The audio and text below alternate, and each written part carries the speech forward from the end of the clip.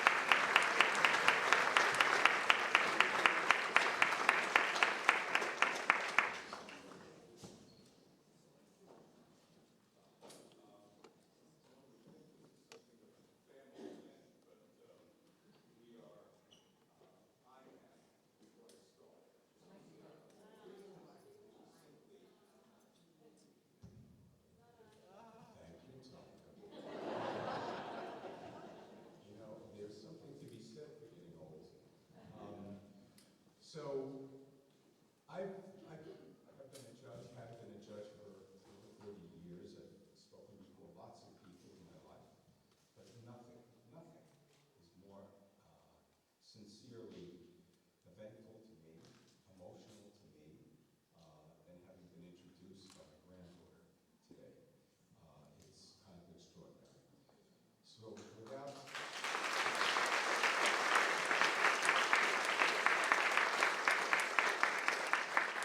and I'm sure you all know that she's a lot of this, if not all of it. So I'm going to thank all of you for being here, and certainly our public officials, and I've asked all of them to sit up front, and they are sitting up front, I'm happy to say, not because they're big shots, but because I couldn't see them. So I thank you all for being here, and I know that I'm going to introduce them. This is a bipartisan event, as you will see. We have Ken Jenkins, the current deputy county exec, who is soon to be a little more than that. And we also have Matt Slater, Assemblyman Slater. We also have Pete Markham, who is State Senator Harris. We know that Michael Waller is on his way, and he'll be here shortly. He may say a few words at the end. We also have David Levenberg, Assemblyman. We'd also like to introduce the entire Yorktown board that's here, or most of them that are here. Certainly our town supervisor, who's sitting up front, who's going to speak to you for a minute, in a couple of minutes. We have our town clerk, who's here, as well as several judges who are here, not least of which is Colin McGovern, who's the town judge of the town of Tarrytown, and we also have the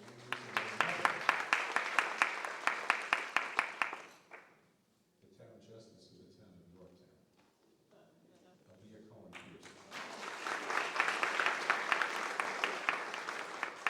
Susan Kikase is here. She was a judge and now is probably going to be our next district attorney in Westchester County. And I'm sure I missed someone. We also have the chair of the Democratic Party, Chairman here in Yorktown. We also have several other Republicans, Democrats, but most importantly, I thank you very much for listening. If I missed anybody, I swear I apologize. Did I miss anybody? Raise your hand. Oh, thank you.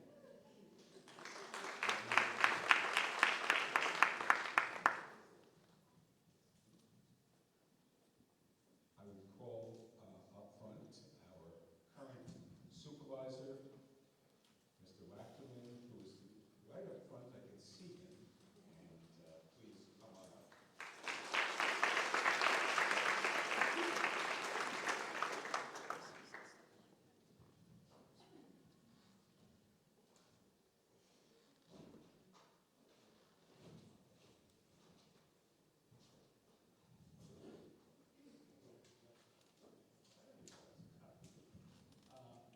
I just wanted to welcome everyone to the town of Yorktown. We feel that remembering the past is extremely important to our town. We do a Holocaust Remembrance event. We do a 9/11 events. We remember Pearl Harbor Day.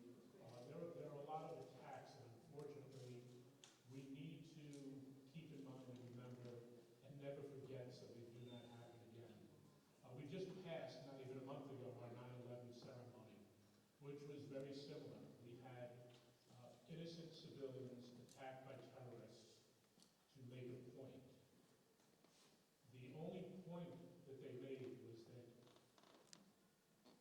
when you wake a sleeping tiger, it's not a good thing. That has happened with Israel. That had happened with us. It's an unfortunate reality of the price of terrorism. But once again, never forget. It's so important. Today, we not only have Talia sharing where she lost a relative in the attacks, but we will have someone who was here at the Nova Music Festival that lived through the attacks. And it is so important to hear that story, to take it, to share it, to pray as we come to our Day of Atonement in the Jewish calendar, our that the survivors' lives are inscribed in the book of life again, that they are around, and that they come home. So please take that with you today, and thank you all once again for being here. Please share the stories of your youth.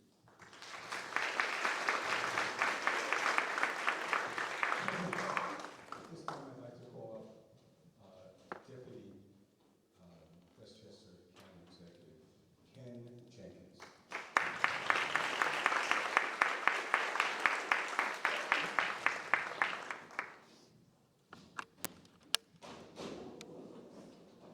I'll give you my card on that one.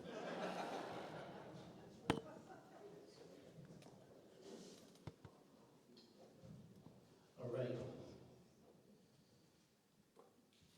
First, on behalf of County Executive Ladner, it's a privilege to be with you all this evening while we are coming together for the solemn occasion to honor the victims and survivors of the October 7th terrorist attacks.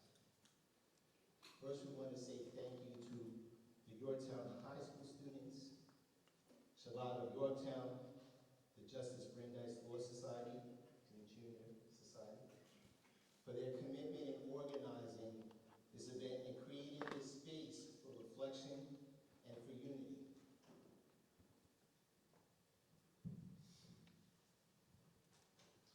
October 7th, 2023 is a date that is etched in all of our collective memory as a day of great loss.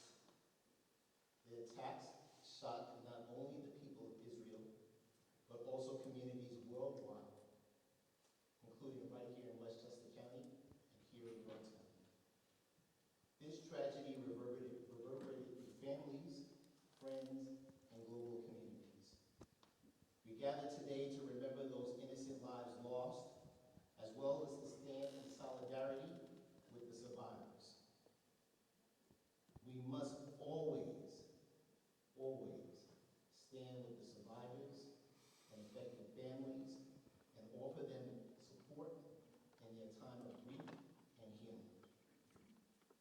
We are here to remember those lives lost, but we are also here to acknowledge the strength and compassion shown by the Yorktown community in organizing this memorial today. It's a testament to the unity and shared values that transcend borders. To the Yorktown students, your activism reflects a hopeful future committed to justice, compassion, and positive change. Every life lost in the attack was irreplaceable. Each individual was a parent, a child, a sibling, a friend, and a member of a vibrant community. There is a human toll of terror, and events like this remind us all the value of peace, tolerance, and resilience in the face of hatred. Here in Westchester, all the community continues to come together to stand strong in solidarity on behalf of the state of Israel, and to make sure that we always suggest and state out loud that we need to bring every hostage home, and we need to do that now.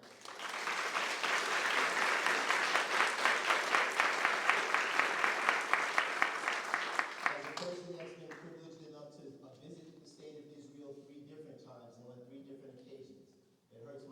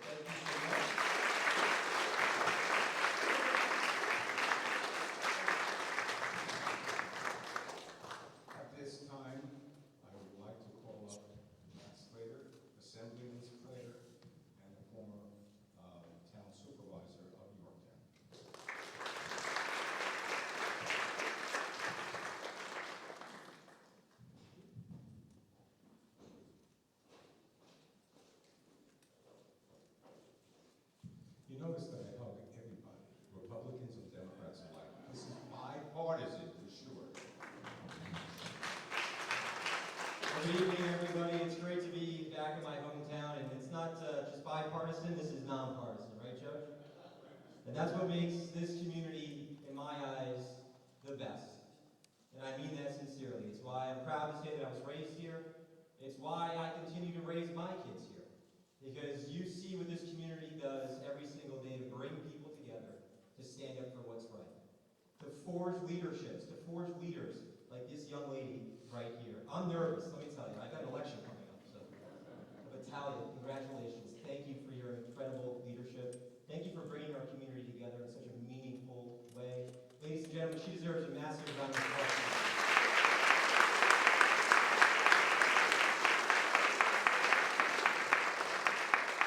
A lot's already been said by the previous speakers, but I think it's important for us to just note the fact, again, here in Yorktown, just a few years ago, we were one of the first communities to pass the working definition of anti-Semitism into our town code. I did that with Councilman Lachman, or then Councilman Lachman, now Supervisor Lachman. I know that our town clerk was helpful in that as well, and the entire town board, a unanimous decision. And it's important that we continue to take steps whenever we see it to stamp out hate, to stamp out anti-Semitism, to stamp out any form of wickedness that raises its wicked head in our communities. And unfortunately, in New York State, the state comptroller released a report just a few weeks ago that showed hate crimes over the last 5 years in our state is up 69%. 69% here in New York. And if you think about this one, in 2023, nearly half of all of the hate crimes that were reported in this state were targeted to our Jewish brothers and sisters. So we have a lot of work to do, an awful lot of work to do. But it's nights like tonight, it's with leadership like Talia's, and it's like communities like ours that we will continue to stand up to hatred, stand up to anti-Semitism every time it raises its wicked head. I want to thank you all for being here. I want to thank, by the way, the Yorktown Police Department, who I know are outside, and Chief Noble, who's in the back. They've always been fantastic when it comes to protecting our community, but also protecting our brothers and sisters of the Jewish faith, to make sure that they know Yorktown is a town that they can continue to worship in freely and comfortably and feel very safe in doing so. I also want to add that Yorktown's blessed to have a congressman who has been one of the leading voices, if not the leading voice, on this very issue of anti-Semitism, combating anti-Semitism for the United States of America. Congressman, don't sit down. I'm trying to give you an introduction. And that's someone who proudly represents the town of Yorktown, who has done a fantastic job doing so in a whole facet of ways. But this particular issue is one that I know he has spearheaded. He has shown incredible courage, and we are lucky enough to have him in our presence tonight, and that's United States Congressman Michael Waller. Congressman, come on.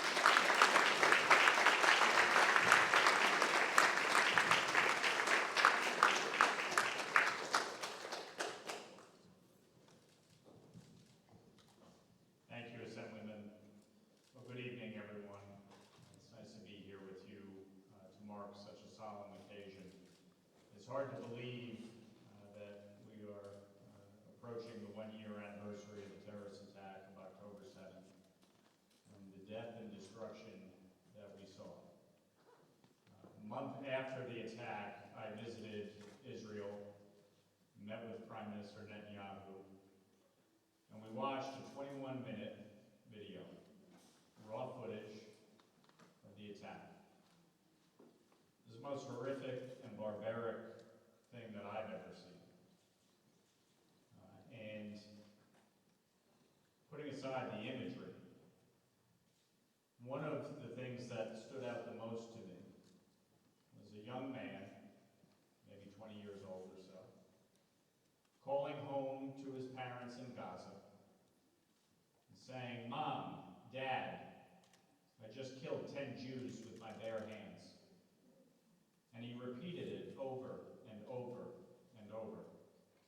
And his parents were praising Allah. That level of hatred is taught. It's taught in the schools in Gaza and in the West Bank, taught with the support of UNRWA and the United Nations. It is disgraceful. And sadly, we are seeing that level of hatred taught here in happening on college campuses and universities. It's happening in our K through 12 schools. And it must be stopped. I am proud of the work that I have been able to do along with many of my colleagues, both before and in the aftermath of October 7th. Passing a special envoy for the Abraham Accords, recognizing that the only way to ensure peace and prosperity in the Middle East, the only way to get to a two-state solution, is for Arab majority countries to recognize Israel's very right to exist and to normalize relations with Israel. I'm proud of the fact that in the aftermath of October 7th, we passed my bill, the SHIP Act, and the Iran-China Energy Sanctions Act, focused on taking on the illicit oil trade between China and Iran to the tune of $100 billion in increased revenue to the Ayatollah and the Iranian regime, which they use to fund Hamas, Hezbollah, the Houthis, and other terror networks in the region. I'm proud of the fact that we passed the IGO Anti-Boycott Act, targeting the BDS movement at the United Nations. I'm proud of the fact that we passed a resolution recognizing Israel's very right to exist. And I'm proud of the fact that we passed my bill, the Anti-Semitism Awareness Act, to combat the anti-Semitism that we are seeing on college campuses here in America.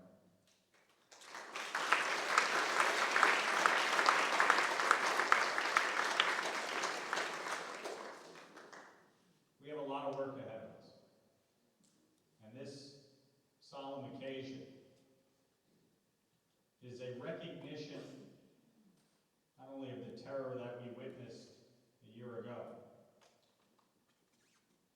but of the hostages that still remain, including 4 Americans that are living and 3 deceased. I've met with every single one of these American hostage families on multiple occasions. My heart breaks for them. They have shown such courage, such strength, such grace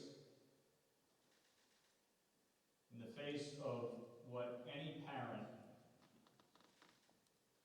would be their worst nightmare.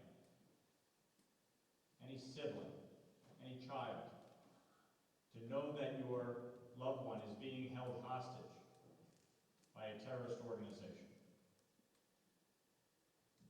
It is the responsibility of the United States to get them home. As we negotiate with Qatar and Egypt, allies, the idea that Americans are still being held hostage by Hamas while Hamas's leadership sits in Qatar is outrageous. It is our responsibility to make sure these Americans get home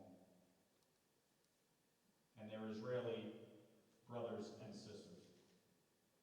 And so I will continue to fight to stand up for the Jewish community, not only here in the 17th Congressional District of New York, but across America, to make sure that your voice is heard, to make sure that as an Irish-Italian Catholic, you have an ally, and that people know you have an ally. And I, for one, will not tolerate the anti-Semitism that we have seen. That's why I was proud to go to Columbia and stare directly down at the students as they were protesting and call them out for what they are, an abomination to our nation. It should never happen, and it must stop. People have a right to voice their opinion. They have a right to protest. You do not have a right to engage in violent anti-Semitism.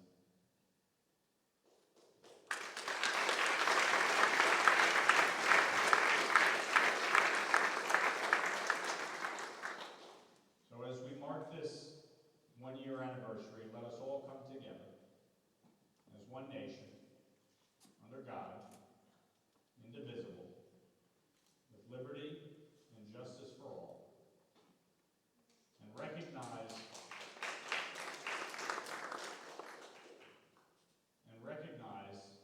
as Jews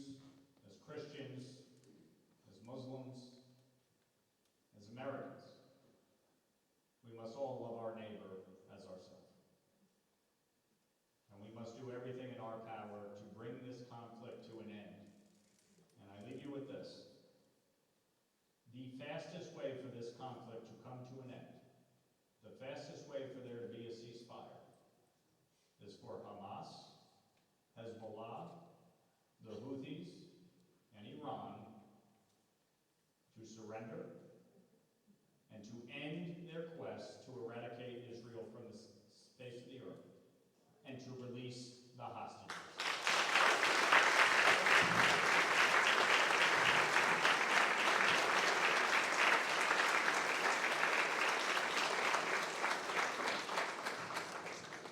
Okay, I'm going to return this to Talia, but before I do, I just want to say that keeping our eye on the ball. This is about Atir. This is about October 7th, and they began it, and I believe Israel's going to end it.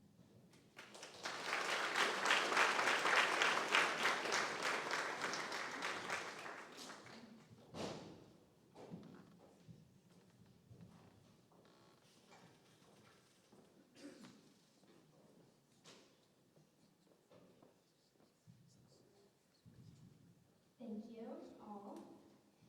Looking around the room, I see many people who I know are not Jewish, and I want to express how much their presence means to me. To be a Jew...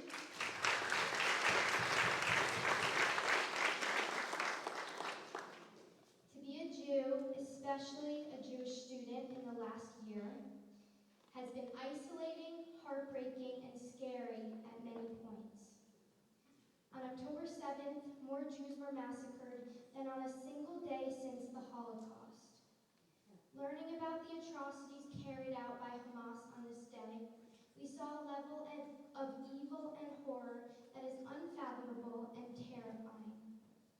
Within just hours of this horrifying, pivotal event, we saw how easy it became for much of the world, including our own peers and community members, to hop on the bandwagon and begin spreading hate and misinformation. To see everyone who is here today, Jewish and not Jewish, is a reminder that we are not alone and fills me with hope and gratitude. So thank you all again.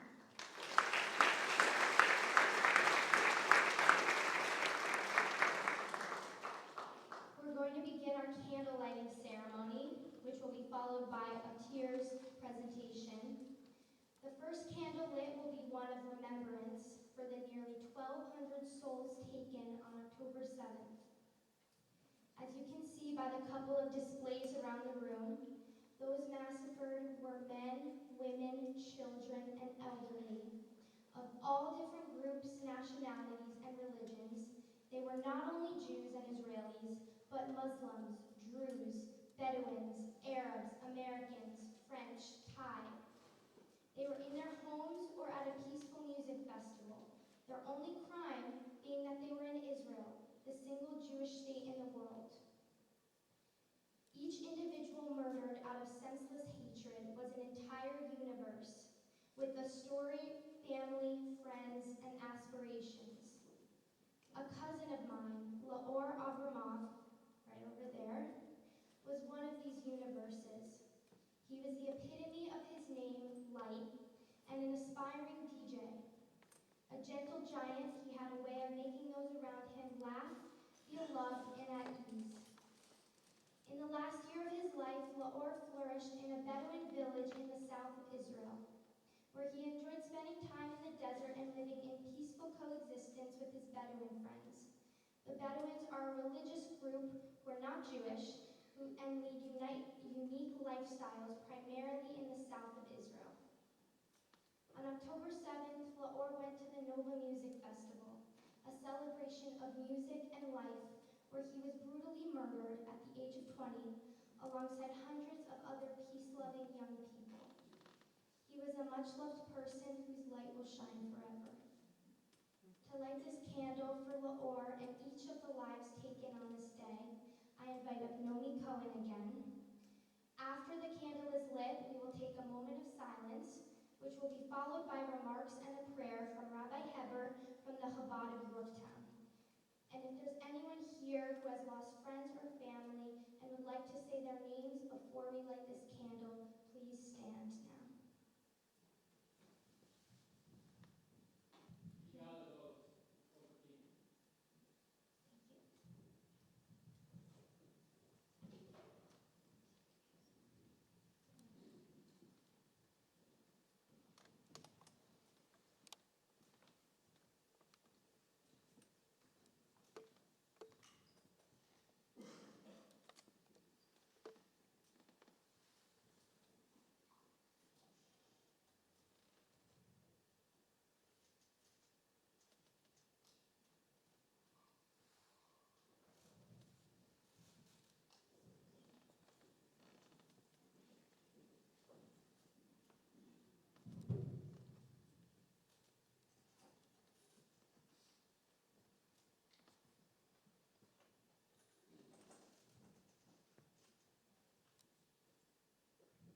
Thank you. The next candle lit will be one for the hostages. It will be one of both remembrance and hope.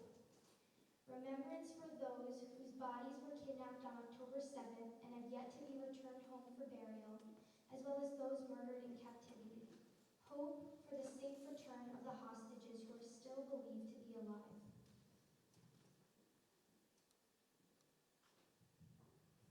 This is Naama Levy. She recently turned 20 years old. A peace activist who dreams of becoming a diplomat, Naama participated in a delegation that brought together Israeli, Palestinian, and American youth to develop mutual understanding and equip them with the tools to work towards a future of peace.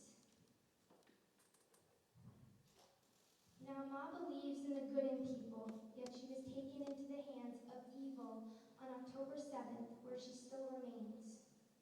Naama's parents learned of her abduction by a horrifying video filmed by Hamas, in which she is seen being pulled by her hair into a jeep, her pajama pants bloodied and with a look of terror.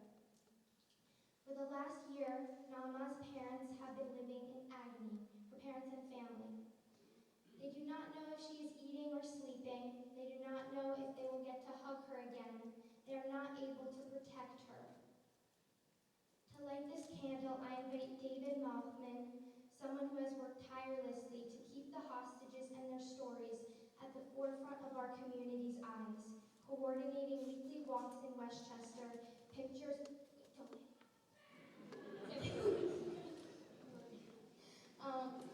coordinating weekly walks in Westchester. Before he lights the candle, pictures of the 101 hostages remaining in captivity, ranging in age 1 to age 86, are taped to several of your seats. For those of you who have a picture of one hostage on the seat in front of you, please remove it, or behind you. If you have a picture of the hostage on your seat, it will be behind you. Please remove it. And there's a candle attached that you can switch on. And as David lights this candle, if everybody could please hold up the pictures of the hostages for a couple of seconds. And turn your light on.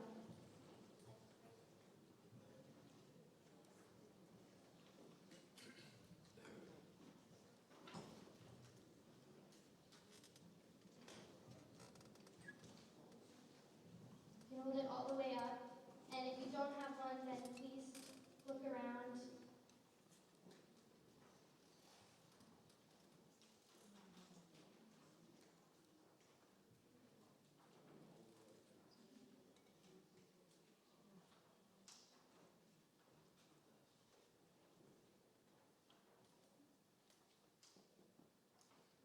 Thank you. And you can keep the picture of the hostage that you're holding.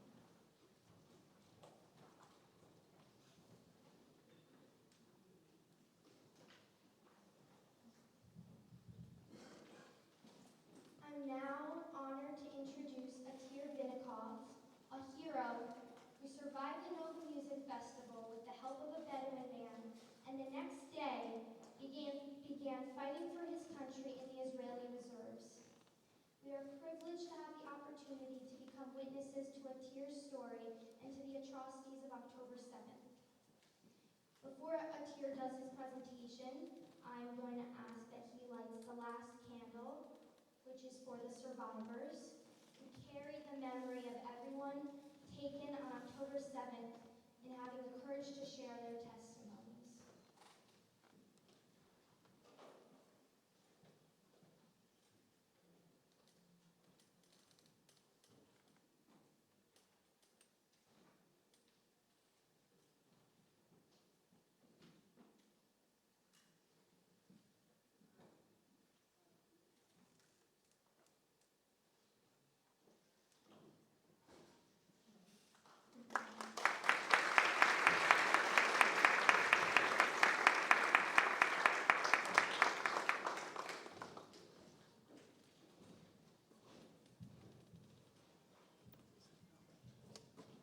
Thank you, Talia. One second. Can everybody hear me? Good evening, ladies and gentlemen. I am super honored and privileged to be standing here in front of you. Wow, I was not expecting this. Such an amazing audience. Thank you, Talia. You're amazing. In the next 30 or 40 so minutes, I will share with you my October 7th testimony. A few lessons that I can say I've learned from my survival experience, the transition into combat the very next day, and we'll leave a few minutes at the end for any questions that you might have. Before we begin, I will introduce myself. My name is Atir Vinnikov, that's A-T-I-R. I'm 24 years old. I currently live in Tel Aviv. I was born in Israel, but when I was 2 years old, I moved to New York with my parents. My dad worked there. As son to Israeli emissaries, I was privileged to live in New York for 9 years and an additional 3 years in Moscow, the Russian capital. I grew up in various Jewish communities in New York. Some of you may know, JCC, the Kingsway Y, Ramaz. And in 2015, I moved back to Israel, sophomore year of high school. Finished high school in the city of Modi'in, which is a city right in the middle between Jerusalem and Tel Aviv. I was drafted to the IDF March of 2019. After passing a series of physical tests, I was accepted to the prestigious unit of Seyret Givati, which is the reconnaissance unit of the Givati Infantry Brigade. That is the best way to possibly describe it. Which I served for 3 years in various positions. I was dismissed honorably after an intense service. Like many Israelis that went traveling for a full year, you have this travel culture in Israel when you finish your service. I was in South, Central, and North America. After probably one of the best years of my life, I came back to Israel. I moved to Tel Aviv. I enrolled into university, into the business school of Reichman University in Herzliya. October 5th, I'm lying in bed, thinking and dreaming of the studies that I was destined to start. Now, in just a few days, we will mark 1 year since October 7th. I don't know where each of you were that same dark morning, but I can tell you where I was. I was dancing at a festival with 20 of my friends and thousands of young people, laughing, embracing, and waiting for the sunrise. And then everything changed. Now, while I share my story, I opened a map. I don't know if any of you have been to Israel. Oh, wow. You've been trying to work that out. No, you need to put the code in. Oh, you want to bring it up there? I'm so sorry about it. I just say it out loud, it doesn't matter. Thank you. Thank you very much.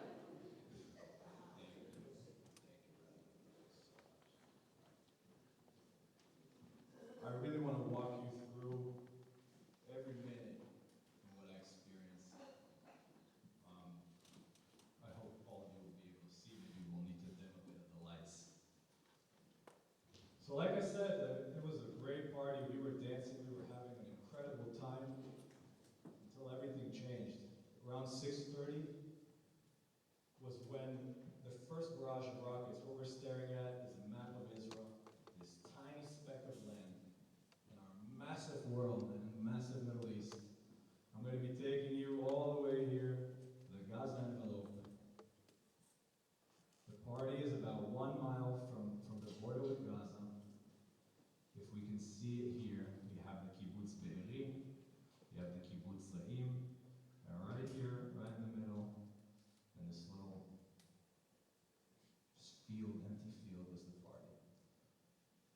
6:30 was when the first barrage of rockets started. The music shuts off. This Israeli, the head of security, an Israeli police officer, he gets up on stage. He takes the mic, he shuts off the music, and he tells everyone, listen, we're under attack.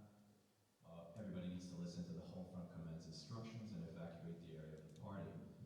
Now, us being Israelis, as depressing as that sounds, we don't get too excited by rocket attacks. This was before we realized that there was a terrorist infiltration. Some of the party goers are even asking for their money back. Who are you to shut the party on us?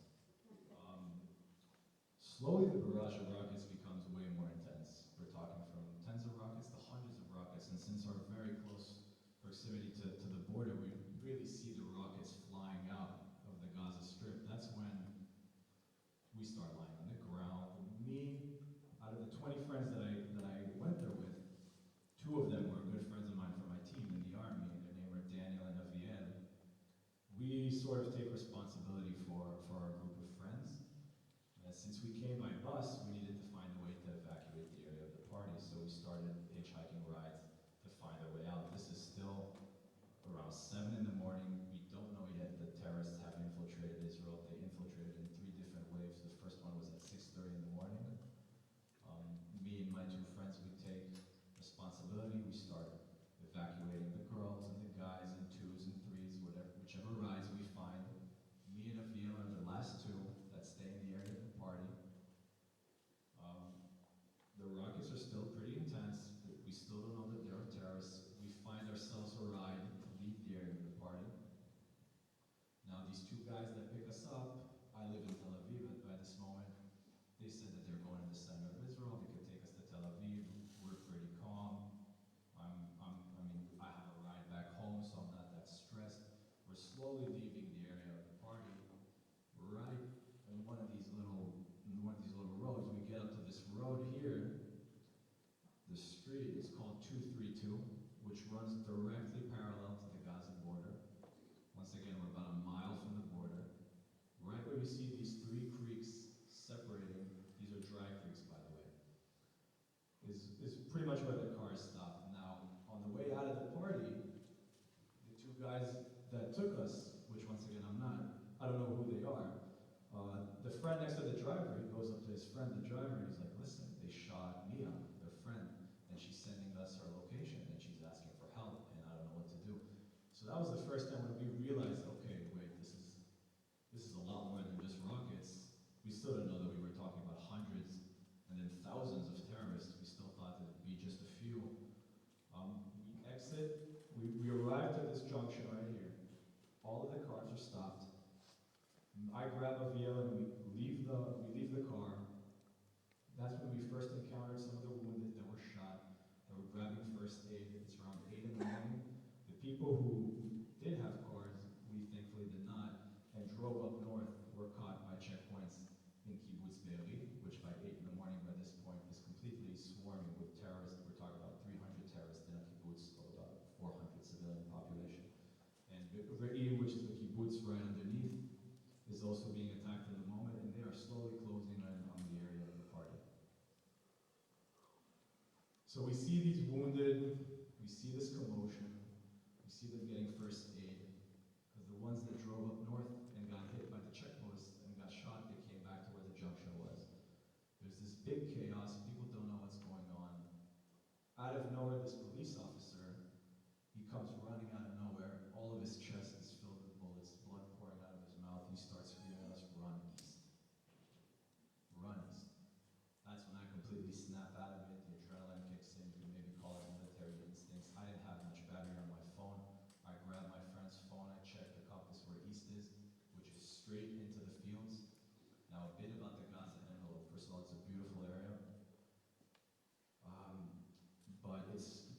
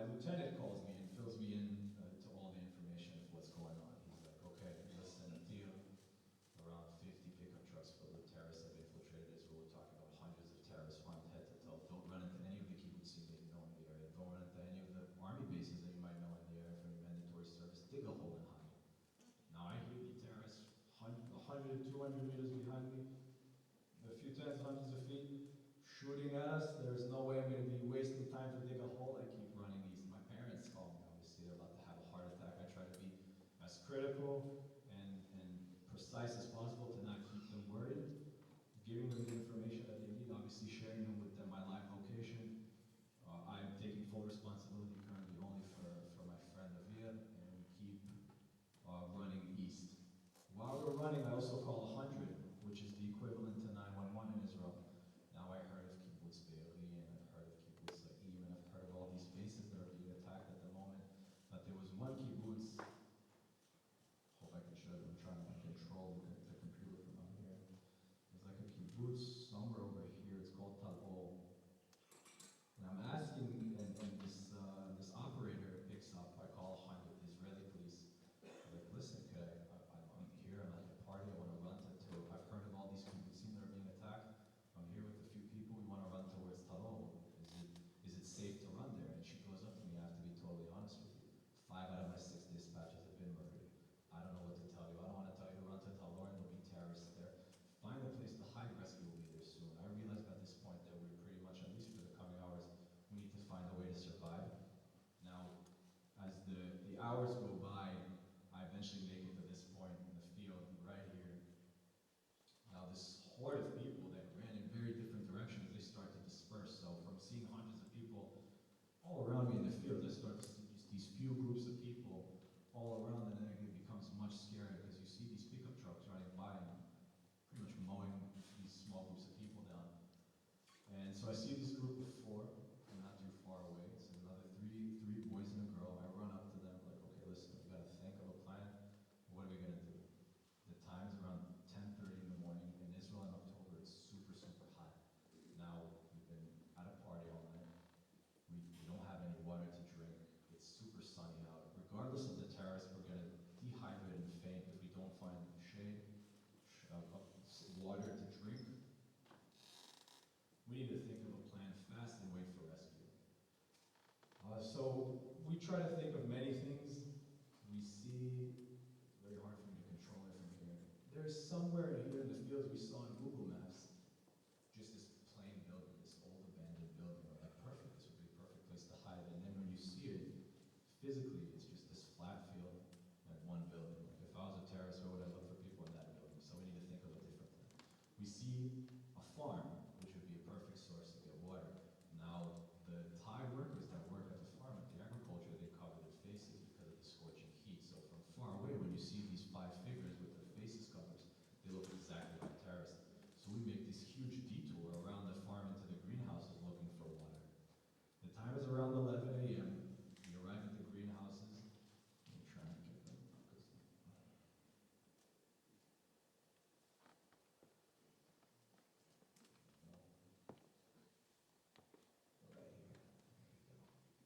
We're about 5 miles from here at the party. This is the farm that I was talking about, if the internet's going to work.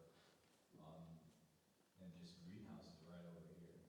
Now this is the farm where we saw those Thai workers that looked exactly like terrorists. Now when we reached the greenhouses, that's the first moment where we stopped running for the last 5.5 hours. There's a bunch of lists going on WhatsApp that were who's shot, who's injured, who's missing, locations of people's IDs. The sky is no longer blue. The sky is gray. There's helicopters carrying troops from the desert and from the north. There's around 40 simultaneous firefights going on all around the Gaza envelope. I tried to, and there's this terrible footage running online of the atrocities that these monsters film themselves doing. I tried to stay away as much as possible from the footage that's running online, even though I'm trying to gather as much information as I can, because I know that if I see that, it's gonna, I won't be concentrated in trying to live.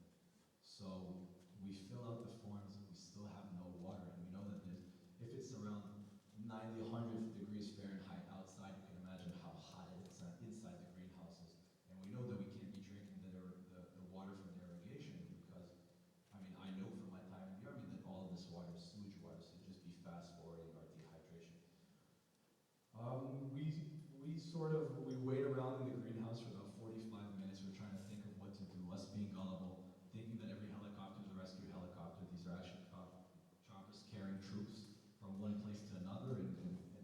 meaning wounded and killed.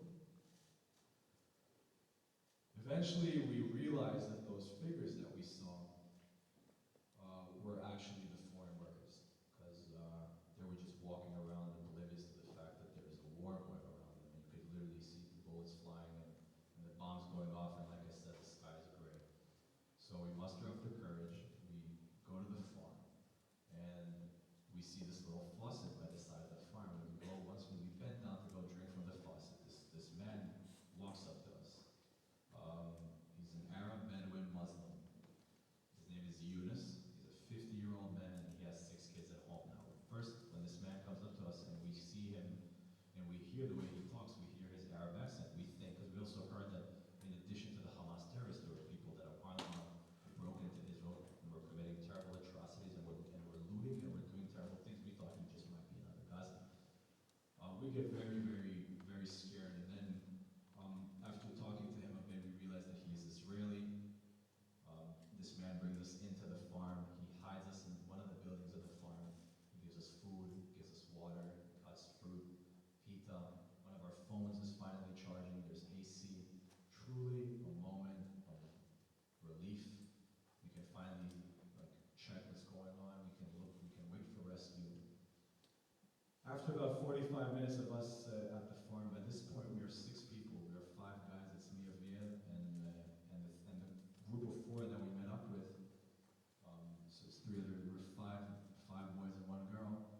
Yunus finds an additional 2 people just like hiding around the sewage, so we're a total of 8.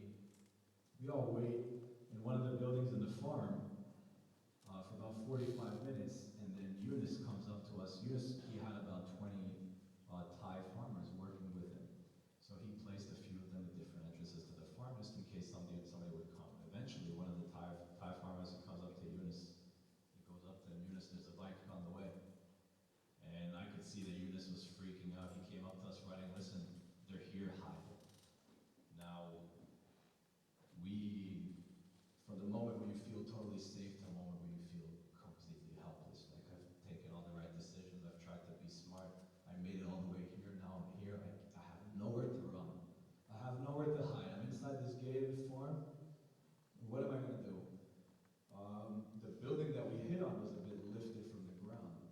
So there's like a few inches. We walk outside, we're all looking at each other, we're 8 people. What are we going to do? We see that the building is a bit raised. My friend Avia goes, let's crawl underneath. We all look at each other, we have a few seconds to decide, all right, let's do it. This is the only real decision that we have. We crawl underneath, and 5 terrorists arrive at the farm, armed head to toe, and Yunus is speaking to them in Arabic. Now, I don't speak Arabic. I know a few words here and there. I can hear them screaming, Yehud, Yehud, looking for Jews. I can hear Yunus telling them, Shukidak, what are you doing here? Now, but I don't really know what they're saying, and we could see their feet walking around as if a scene from the Holocaust. And, well, I mean, I had 1% on my phone. I took a picture of us underneath, which is the only picture I took on October 7th. I sent it to my team in the army. I was like, listen, there's terrorists searching for us at the farm. I have no battery. This is our location. Boom, my phone dies. My friend Nabil, who's lying behind me, already said goodbye to his sister. He showed me the conversation letter. He's like, listen, I love you. They're here. They're probably going to find me. Boom. Yunus, who is today's 2024's righteous among the nations, he speaks to these terrorists. He convinces them that there are no Jews at the farm. He risked his life for all of us. And, I mean, I'm standing here in particular, mainly thanks to him. But the thing is, after about 10 and 15 minutes where he spoke to them and he saved our lives, we didn't know what he said. So, I mean, we were terrified for our life. We were dead silent underneath the building. He didn't know exactly where we hid, because when he told us to hide, he ran back to the entrance, and he's calling for us to come out because the terrorists have gone. And we don't trust him. As embarrassing as that sounds, we don't trust him. For all we know, even if he's not trying to sell us out, then first of all, this man has 6 kids at home. He's 50 years old. Who are we produce to him if they come up to him and put an AK-47 to his head? So we were very, very scared that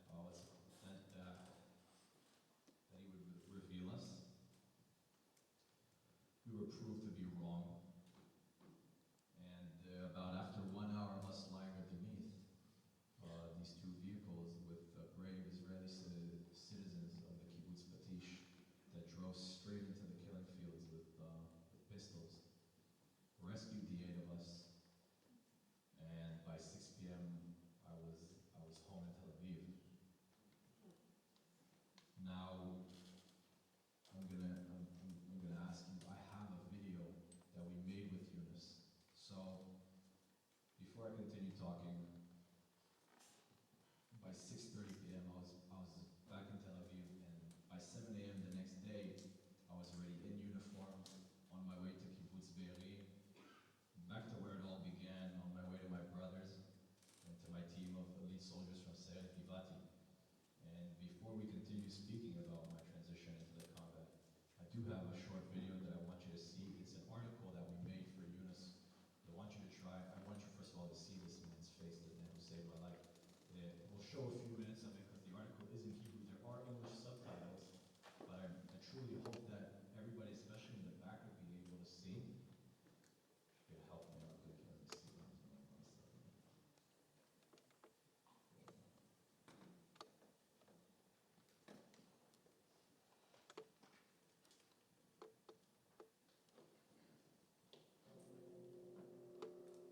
יום שבת, קרוב לשעה 6, שומעים טילים שיוצאים לשטח ישראל. יצאתי לראות מה קורה, אז לא ידעתי מה קורה, הייתי פה 24 תאילנדים גם איתי. 7 ברבע, הבן שלי התקשר אליי, אומר לי, אבא, תיזהר, יש חדירת מחבלים לשטח ישראל.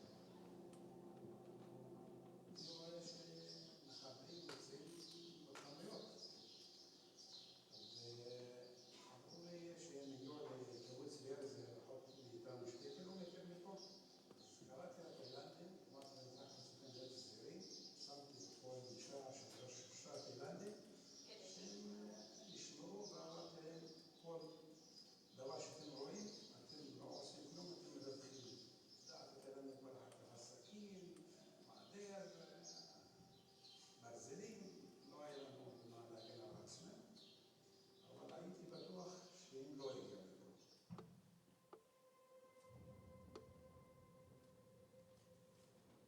הם מצאו עצמם 8 חבר'ה נמלטים יחד מהמחבלים שדורקים אחריהם, עד שמצאו מסתור בתוך החממות באמצע השדה הפתוח. בשלב מסוים הם מחליטים להתרחק עוד, וכך מגיעים לחווה שיונס שומר עליה. אני מגיע, צמא בטירוף, רואה ברז, אני כאילו בא להתכופף לברז, לשתות, לדעתי אפילו לא שתיתי ממנו. אני באתי משם, ראיתי אותו מהאגף שלו, שאלתי אותו, כן, מי אתה, אז מה אתה עושה פה? הסתכל עליי נבהל, אומר לי, מה אתה מחבב? בוא תדבר איתי, אז אני מבין שיש לו מבטא ערבי, אני ישר נדרך, כי אני חושב על זה שאולי יכול להיות שיונס מעזה, ומזה בגדול אני חושש. אז אני אמרתי לו בצחוק, אתה מחבב? הוא שאל אותי, אז אני החזרתי לו אותו משפט. אמר לי, אם אתה יכול לעזור לי, אנחנו ברחנו מהמסיפה, אמרתי לו בסדר, אז אמר לי, אני נשאר איתו. אז אמרתי לו בסדר, הוא קרא להם.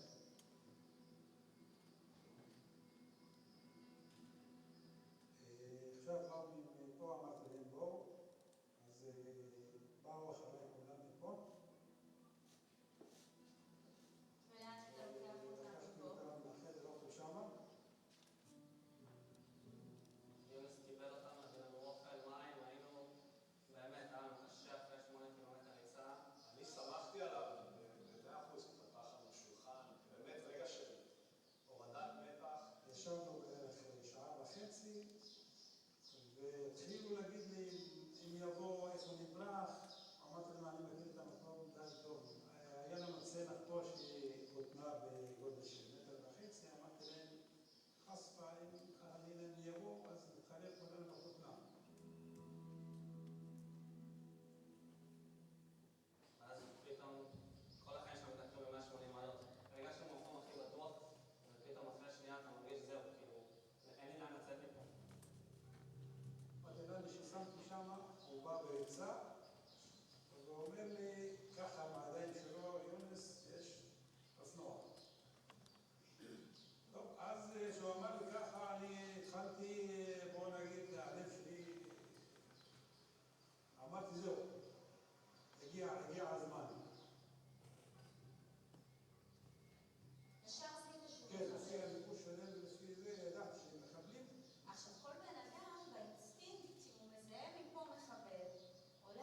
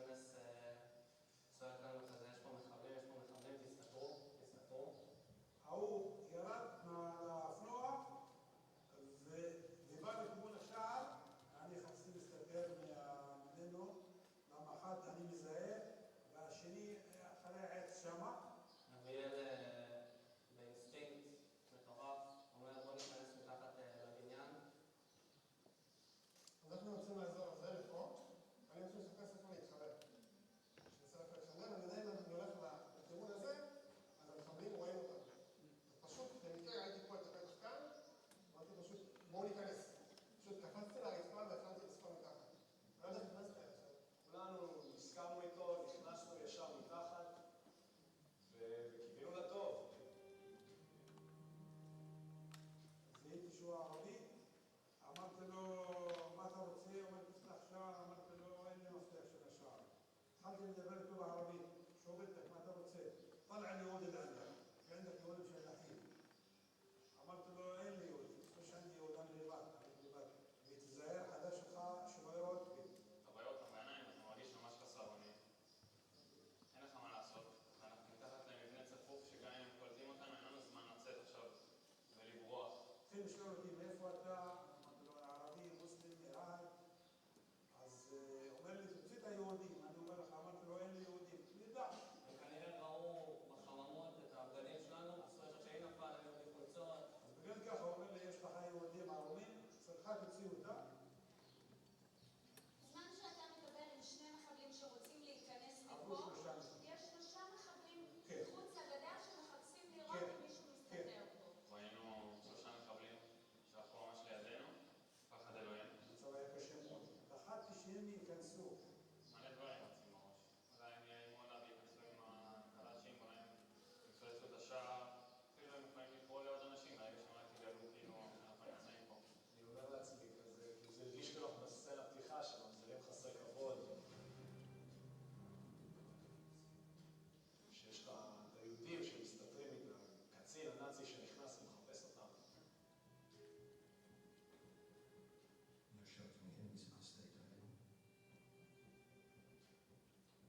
קצת בגרסה שונה כמובן, אבל לא ספק הרבה. טרנטינו. גרסה ישראלית. בלב שלי אמרתי, אני אשמור עליהם עד הסוף.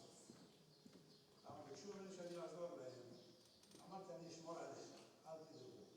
אנחנו מסתכלים על זה מהצד, אני רואה אותם בעיניים, אנחנו רואים כאילו באמת את המוות. בתור לוחמים, לי היה הכי קשה המצב של חוסר אונים, אין לי איך להגן על עצמי. אני חייב את הנגד, את הנשק. אני מבחינתי כאילו נגמר הסיפור.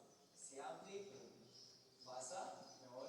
יש לי מלא דברים כאילו שהייתי רוצה להספיק בחיים שלי, וחבל שזה נגמר עכשיו. היה לי 1%. שלחתי תמונה ממתחת למבנה לצוות שלנו.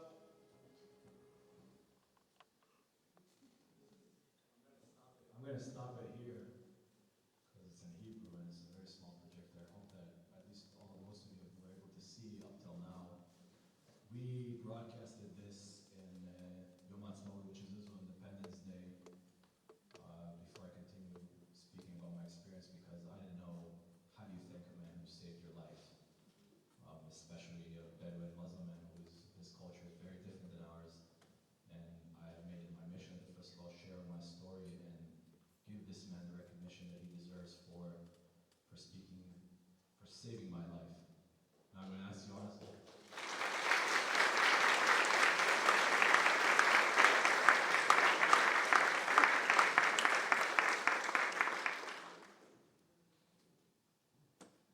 I was lucky. 364 of the partygoers were brutally murdered. An additional 40 were kidnapped, and their whereabouts and conditions of captivity are still unknown. 17 Israeli police officers died while fighting those monsters. It was the single largest terror attack and worst Israeli civilian massacre in our country's history. Now, I would like to mention several lessons that I can say that I have learned from my survival experience. First of all, life is filled with miracles and moments of luck. We definitely live in a world where both exist. We can't have control over everything, but I believe that there's always space for faith and belief to carry us through challenges. I didn't stop believing in myself. Even when the terrorists were at the farm and I was taking this picture, I kept telling myself that I would make it out and I would make it out alive. The second important lesson that I learned was making good decisions must be made with a clear and rational mindset. Rather than acting impulsively or solely out of fear, in my story there were many instances where luck and miracles played a crucial role, but despite the pressure, stress, and fear of losing my life, maintaining composure and making thoughtful decisions is another reason I survived. And probably the most important lesson, even in life's toughest moments, you feel lost. There are true heroes in our world. Often we meet people who defy stereotypes and expectations. Yunus, the Muslim Bedouin, who saved my life, is a perfect example.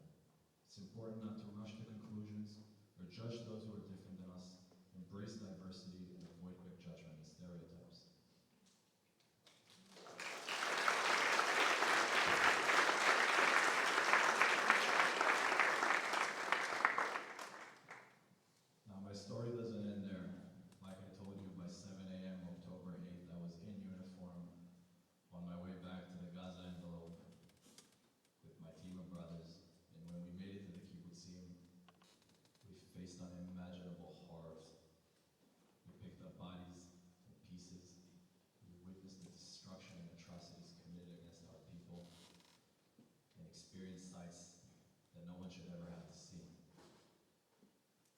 In the next few weeks, I was primarily in Kibbutz Re'im and Yoz. A few words about Kibbutz Yoz. Kibbutz Yoz was half of its population. Out of the 400, 200 are either dead or kidnapped. There was almost no firefight going on there. The terrorists did whatever they wanted till 9 p.m. And the scenes there were just horrible. After a few weeks in the kibbutzim, I entered the northern Gaza Strip for military operations, spending several months at a place that would change me forever. Just before we entered Gaza, I made what could be my last phone call to my parents, my family. We put away our phones and we moved in. Now, as soldiers, the transition from survival to immediately engagement in battle stirs up a mix of emotions. We felt a profound sense of duty, the chance to defend our people, our country, especially our brothers in arms. It filled us with meaning and with pride. Let me tell you that the next time I encountered the terrorists there, I faced them with the full might of the ideas. The maneuver warfare in Gaza, or at least in the early months, was swift, it was powerful, it was critical. Given the complex metro system, the tunnel system that Hamas has built there, and their entrenchment, and how they embed themselves within the civilian population and the infrastructure, Gaza is regarded one of the most, if not the most challenging urban combat environments in the world. Now, while I was in Gaza, I witnessed firsthand the intense hatred amongst most of the Gazans. Jews are depicted horribly in books. Children are indoctrinated with the image of glorified terrorists. People with blood on their hands. Anti-Semitic propaganda as if taken from the books of Goebbels and Adolf Hitler themselves. Under the beds of children, weapons are found, revealing a system where hatred and incitement are taught from an early age.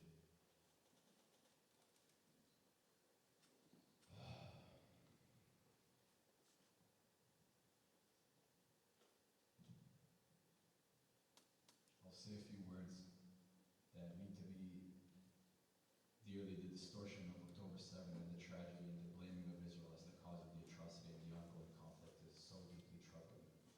We were massacred, we were assaulted, raped, and are still enduring rocket attacks both from the north and the south. Terrorist acts of indiscriminate violence continue, fueled by a hateful ideology that aims not just at Israelis but at anyone aligned with Western values. The IDF's role is defensive, not aggressive. It's in our name. Throughout history, we have been repeatedly attacked. It's somehow always the one to blame. Every encampment, every high school, every ethnic studies curriculum, this is what they stand behind. Misogyny, femicide, radical terror, religious extremism, and barbarism. Our strengths lies in our unity, our pride is resilience, and our future depends on never letting our guard down.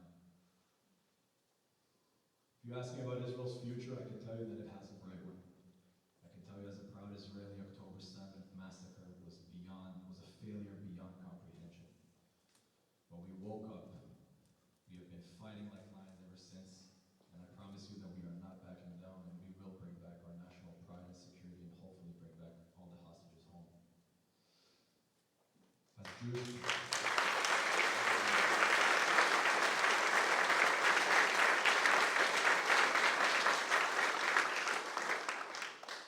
I just wanted to conclude and say thank you all for being here. Thank you for letting me share my testimony with all.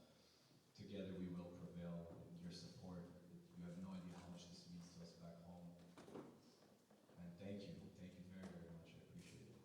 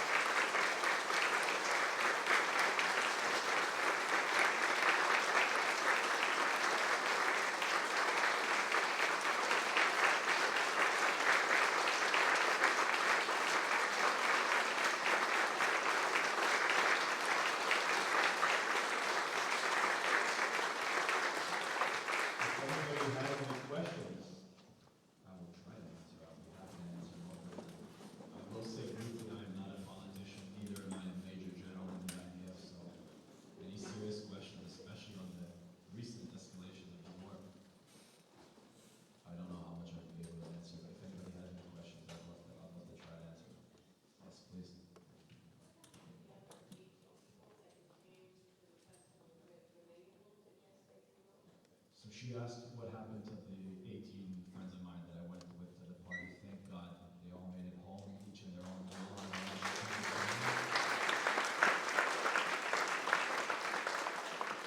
As well as the 8 of us at the farm, we have been in touch, except one of them. There were 6 boys and 2 girls. One of the girls, I haven't seen her since. She's not coping with it very well.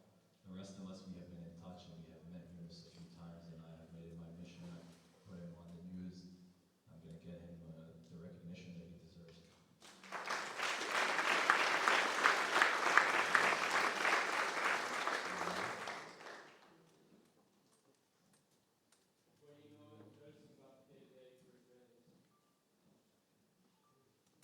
Rephrase that. What would you want us in the United States to know about how Israelis are dealing with the situations that happened here? And now, 11 months later, we told them. What's important for us to know?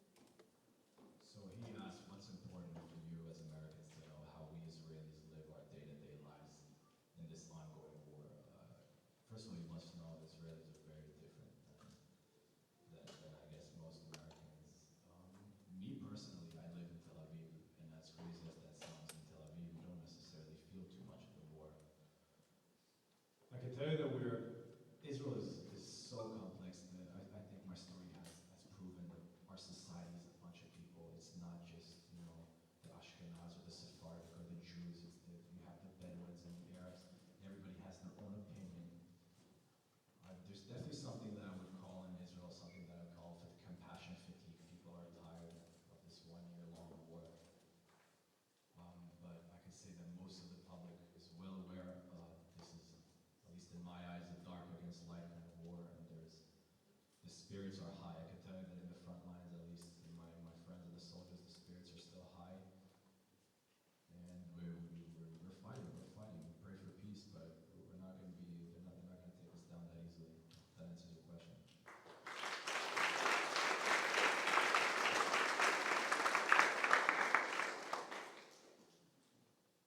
So, yes. I couldn't really hear.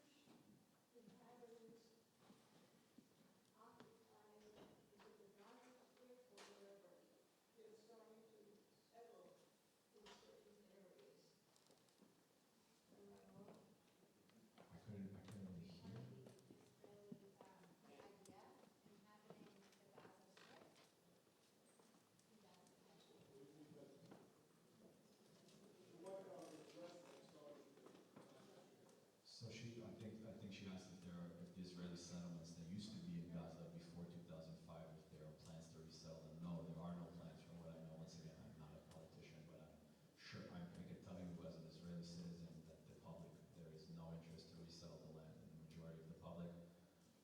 The situation in Gaza currently, there is still IDF presence in the Gaza Strip, but it's very, very different than the first few months of the war. I hope that answers your question.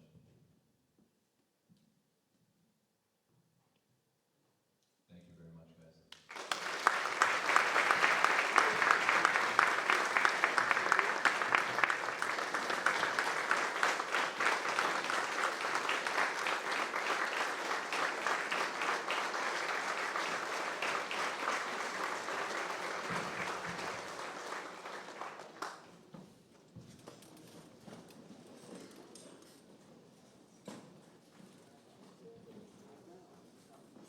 Thank you so much, Atir, for sharing your story, for your bravery. You are a hero, and everyone here is so privileged to have had the opportunity to hear you speak and share your story.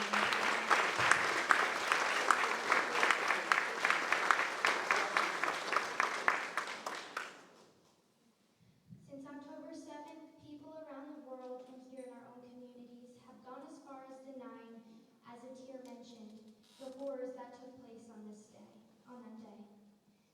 We're approaching 1 year since October 7th in exactly 1 week, and I hope that everyone can take something from the information and stories shared today. Engage in difficult conversations. Talk about Laor. Talk about Naama. Talk about Atir.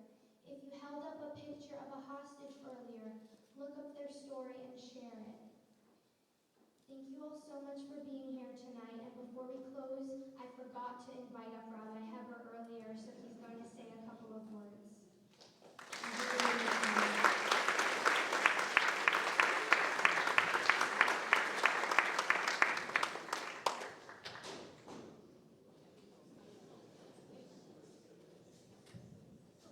That I was supposed to finish.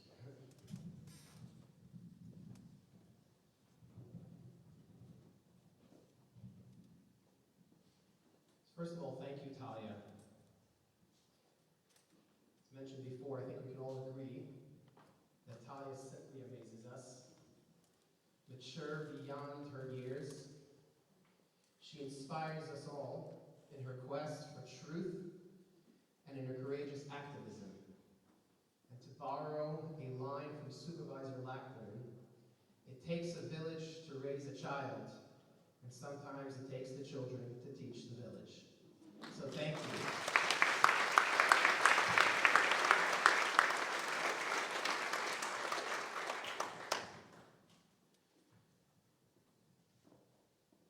Thank you, Atir, for sharing your story.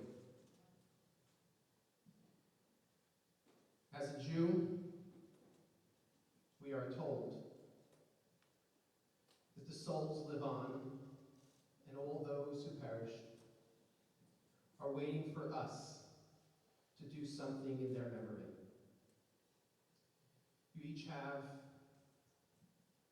a picture of a hostage. We pray for them. We pray for those who are alive to return home safely. And we pray for the souls of those who died. There is a custom in Judaism that during the days preceding the new Jewish year, we blow the shofar. The sound of the shofar is a wake-up call and invokes God's compassion. Being that Rosh Hashanah is this coming Wednesday night, I would like to blow the shofar here, tonight, as we prepare for the new year, and by doing so to invoke God's compassion for the release of the hostages, the healing of the wounded, for the souls of the victims, and for peace and security in the land of Israel and around the world. I will then conclude with the memorial prayer, the Kel Balei Rachamim. Please rise.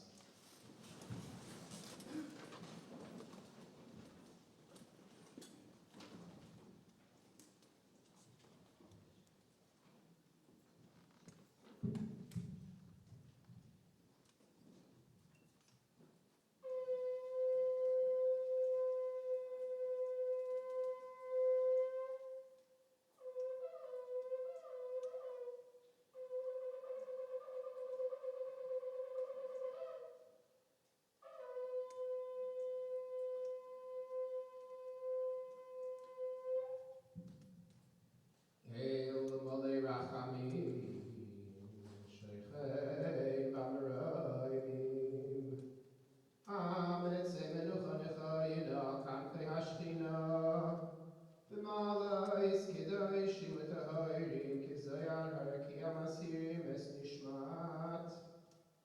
O God, full of compassion, who dwells on high, grant true rest upon the wings of the Shekhinah, divine presence, in the exalted spheres of the holy and pure, who shine as the resplendence of the firmament to the soul of all those who died on October 7, 2023, and the ensuing months. May their place of rest be in the Garden of Eden, and therefore may the All-Merciful One shelter them with the cover of his wings forever, and bind their soul in the bond of life. The Lord is their heritage. May they rest in their resting place in peace. And let us say, Amen.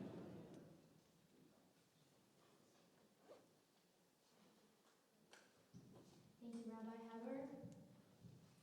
We concluded tonight's program. Just want to thank everyone again so much for being here. It really means so much to us to see the turnout and the support and everyone who is here to hear Atir's story. So all have a great